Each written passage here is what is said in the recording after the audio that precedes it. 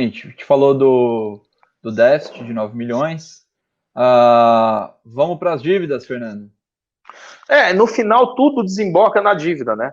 Tudo desemboca na dívida. Os déficits acumulados, a despesa financeira, né? A despesa do ano corrente, né? Tudo vai para a dívida. A trajetória é crescente quase que linear, né? Você olha, esse ano foi até um crescimento menor, como foi ali de 2012 para 13, né? Ficou uns 3 anos ali patinando, entre 12 e 14, né? Mas é um crescimento constante, né? Quase constante.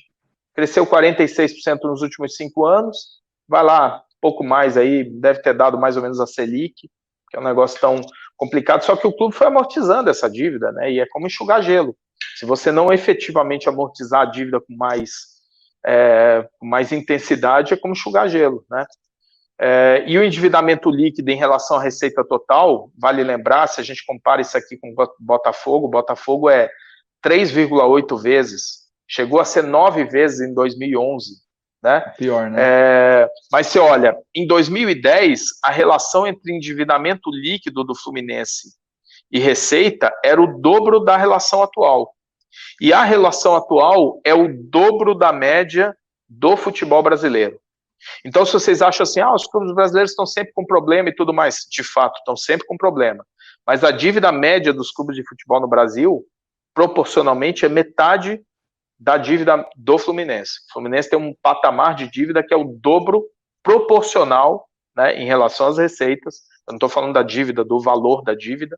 A relação dívida sobre receitas é 2 vezes maior do que a média do futebol brasileiro. Tá? Só para fazer uma observação aqui, a gente fez um comparativo de receita entre os clubes brasileiros, mas se a gente pegar, o Fernando falou que o objetivo do Fluminense é se consolidar aí na primeira divisão sem sustos, né?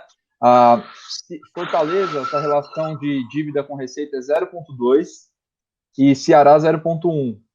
Então, num período de crise como essa, a gente vai falar sobre isso agora no final, né, Fernando? Isso conta muito, né? Vamos lá. Entender um pouco mais desse endividamento, Fernando. Dessa distribuição.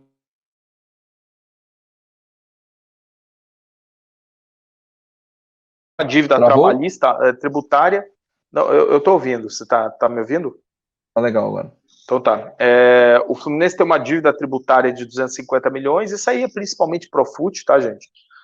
Esse é o grande valor. Essa é uma dívida que ela é de longo prazo, você paga, só que ela te consome receita. De novo, você vai ter que pagar 250 milhões dessa dívida ao longo do tempo. O bom é que você paga ao longo do tempo, mas saiba, cada parcela é um salário que você não está pagando de jogador, né? A dívida trabalhista é sempre pior, ela é quase o mesmo tamanho, são 220 milhões, né? Dívida trabalhista, você sabe, né, gente? Não é bom ter, né? Porque é uma dívida que, em geral, o clube perde, não tem como escapar, né? Ela sai na frente na hora de penhora, na hora de algum tipo de execução, e ela é uma dívida que, se você não cumpre ela vira uma bola de neve como nenhuma outra, porque ela tem dívida, ela tem custos de jurídicos, de advocatícios e de honorários, ela tem multas. Dívida trabalhista é terrível. E é um número alto, 220 milhões. Isso não é dívida total, tá, gente? Aí tem o seguinte, tem a pagar também, né? Então, chega no final de dezembro, você tem coisas contratadas, que não é que são coisas que estão atrasadas, né? Mas são compromissos que estão agendados, vamos chamar assim, né? Só que eles vão aparecer agora no início do ano e o clube vai ter que fazer frente, né? E aí, quando não faz frente a isso, acaba gerando custos e problemas, né, com penhoras, e num momento que não é nada bom, né. Empréstimos e financiamentos, o clube foi reduzindo, né, tinha banco aí no passado, foi liquidando isso, e dívida com clube, né, que virou uma tradição aí no futebol brasileiro, né, esse tipo de endividamento aumentou muito, endividamento com clubes, né, traz jogador daqui, de lá, deve para clube, deve para gente, e por aí vai. Né? Virou uma linha de financiamento dos clubes aí, né? Vai ficar complicado dever isso com o passar do tempo, porque a FIFA está cada vez mais criando problemas. Isso no futuro vai ser igual dívida trabalhista. Você não vai poder, se perder, você vai perder ponto. Oi. Explica o que era a necessidade de capital de giro, por que é importante isso agora na pandemia. Essa é a diferença entre o que você tem a receber e a pagar nos próximos 12 meses. Então, em 31/12/2019, quando você olhava para os próximos 12 meses, o Fluminense precisa de 257 milhões de reais para fazer frente aos compromissos que ele tem assumido. Ele precisa de mais 257. Você pega tudo que você tem a pagar, né? Aí você pega tudo que você tem a receber, faltam 257. Você precisa de mais 257, né?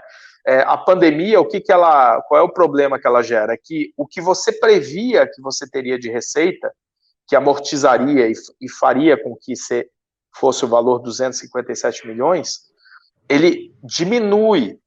Então, esse valor de 257 milhões, ele de fato aumenta, porque uma parte que você imaginava que você ia receber, você não vai receber mais. Então, o valor ele aumenta, né? Então, daqui, dois atenuantes. Primeiro, isso é café, almoço e jantar de clube de futebol, gente. Vários convivem com isso todo o tempo. Como é que eles tratam isso? Eles rolam e enrolam, né? Quer dizer, meu amigo, não consigo pagar, vamos compor. Qual é o problema? O problema disso é que o credor pode chegar e vai falar, não, olha, realmente eu preciso receber, se você não receber, eu vou executar você, e execução gera problemas, né, financeiros, né? E quem aceita rolar pode, e frequentemente faz isso, né, pedir um custo financeiro muito alto, e é mais bola de neve, mais despesa financeira, mais aumento de endividamento. Nesse caso da pandemia em particular, a administração de fluxo de caixa dos dirigentes está muito difícil, está muito complicado mesmo, gente. Não é um negócio que... É um negócio de solução dificílima, cara. Muito complicado, mas vamos em frente. O atenuante está assim para todo mundo, né? Quem tratou melhor ao longo do tempo a gestão passa agora com menos sufoco, mas com muito sufoco, mesmo assim. Custo aparente da dívida 9% e dívida de curto prazo sobre receitas totais aumentando ainda para 40%, Fernando. Isso natural, né? A necessidade de capital de giro sobe, a dívida de curto prazo, que é até 12 meses, também sobe. E o custo aparente da dívida sobre os ativos é um custo alto, bastante alto sobre um clube que tem um ativo alto. Mas é fruto daquela despesa financeira muito elevada de 58 milhões que a gente olhou ali. Show. Para a gente encerrar, você falou do passivo descoberto, né? Acho que essa é a última observação. O passivo descoberto é patrimônio líquido negativo, né? Isso é muito fruto de prejuízos acumulados, né? A gente viu lá que o Fluminense tem mais de centena de milhões de reais de prejuízo acumulado em 10 anos. Os prejuízos vão se somando nesse passivo descoberto. E a atualização do ativo não é, em geral, feita pelos clubes, né? Eu repito isso todo dia também, porque isso pode incorrer em necessidade de pagamento de impostos, então a legislação permite e os clubes contam com essa liberalidade para manter o patrimônio negativo. Não é um número legal nem bacana, mostra a deficiência de capital, mostra que o clube precisa de aporte, e o Fluminense, eu não tenho ouvido muitas histórias do Fluminense sobre isso, mas eu imagino que eles devam estar olhando um pouco para, quem sabe, com a mudança da legislação de clube-empresa que está vindo aí, né, está no Senado, imagino que seja aprovado aí no início do segundo semestre, já em 2 ou 3 meses. Em isso acontecendo, que o Fluminense deveria realmente analisar a busca de um parceiro que lhe permita injeção de capital. O Fluminense precisa de injeção de capital. Ele pode fazer isso de duas maneiras. Uma maneira, no longo prazo, se ele conseguir trabalhar muito bem a eficiência de venda de jogador e trabalhar com um custo menor do que ele trabalha hoje, porque o custo hoje do Fluminense é um custo que depende da venda de jogador para fechar a conta. Ele tem que ter um custo em que a venda de jogador não feche a conta, seja uma sobra que permita amortizar a dívida. Isso foi o que o Flamengo fez, o Atlético faz, todo mundo faz, né? Esse é o caminho. Se fizer isso, você faz a curva ali na frente. Qual é o lado ruim disso, e o grande problema, e por que os dirigentes, em geral, evitam isso? Porque você sofre com um time ruim dentro de campo, sofre com risco de rebaixamento, que é um agravante, né? E sofre com pressão política e pressão da torcida por um período grande, né?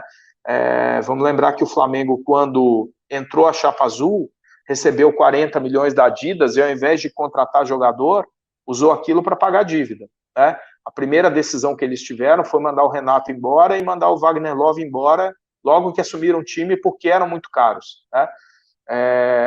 Isso fragiliza o time, deixa a torcida muito enlouquecida, mas é preciso dialogar com a torcida e explicar qual é o plano de longo prazo. Qual é o problema do futebol? É que você não sabe se o plano de longo prazo vai continuar, porque o presidente pode implementar essa medida hoje e o próximo pode chegar e falar assim, não, isso tudo é bobagem, o que nós temos mesmo é que fazer o contrário. Nós precisamos gastar mais para isso gerar receita. Tem vários que pensam assim. O Cruzeiro foi o último a pensar assim. Deu nisso aí que vocês estão vendo, né? Esse negócio não dá certo, né? Mas é um negócio que soa bem para o torcedor, soa bem para o mundo político. As pessoas olham e falam, não, claro.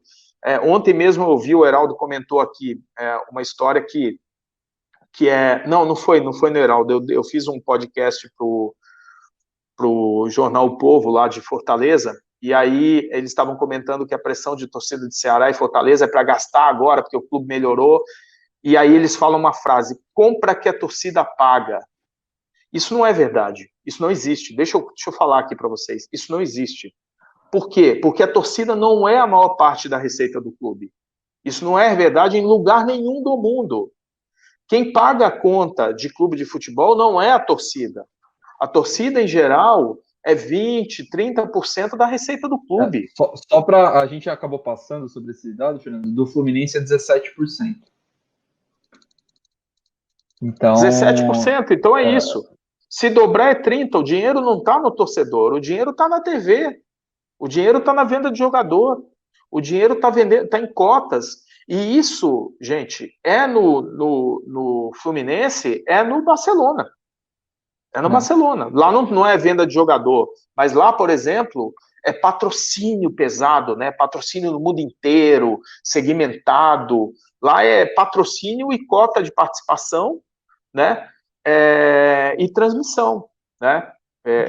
A matriz é diferente, mas não é o match day. O match day lá é muito mais forte, claro. Estamos falando de clube que fatura 1 bilhão de euros, fatura 8 bilhões, é 40 vezes a receita do Fluminense, né? Então vai ser muito mais, mas proporcionalmente, percentualmente, a grana não vem do torcedor, a grana vem dos outros negócios do clube. Então, o torcedor não leva o clube nas costas, não leva, decisivamente não leva. É preciso muito mais para isso, entendeu? É isso, gestão.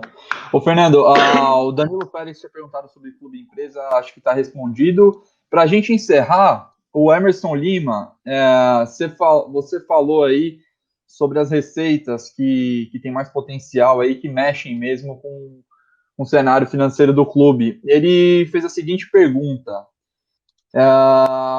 Esse ano, com essa crise, com provável corte na compra de atletas por parte da Europa, o Flu, que tem receita recorrente baixa, comparada até com rivais do Rio, vai sofrer mais? É isso que o torcedor quer saber, de fato, né?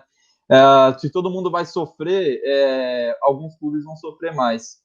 Você vê, por conta dessa dependência de venda de jogadores, que todos os clubes brasileiros têm, mas no Flu a gente vê que representa bastante, o Fluminense atrás de rivais, claro, do Flamengo a gente sabe que tá, mas no caso até de Botafogo e Vasco? O Fluminense tem 150 milhões de receita recorrente, tá? Se essa receita recorrente, por exemplo, cair 40%, a receita total do clube vai cair para 90 milhões. Se ele não tiver venda de jogadores, a receita total do clube vai cair para 90 milhões. Nós vamos ter uma queda brutal de receita dos clubes esse ano. Ano que vem vai ter um aumento forte, mas esse ano vai ser uma queda brutal, né?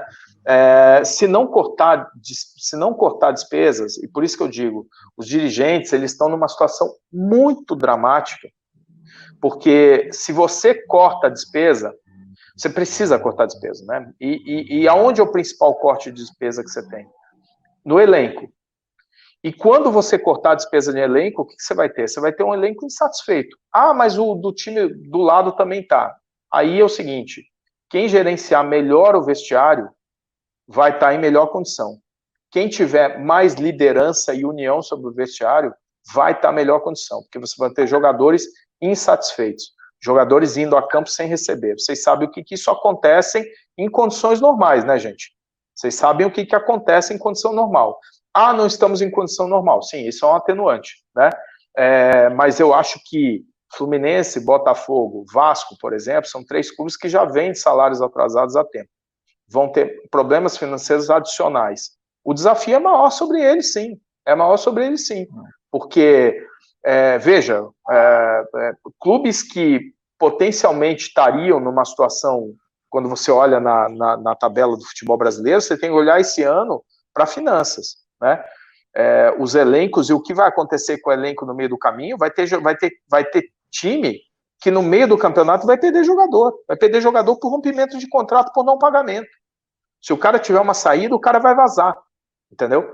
Então vai ser um ano muito complicado e, de novo, o principal meta desse ano é mantenha-se na primeira divisão a qualquer custo, porque esse ano pode cair, mas pode cair mesmo.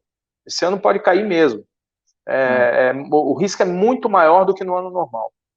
O Rodrigo tinha perguntado se o material está disponibilizado, até agradecer o Júlio que respondeu. Está disponível no nosso site em PDF. E o Jorge William, falando que ele fez um comentário que não tem lógica não ter se não tem torcida, não tem interesse de TV.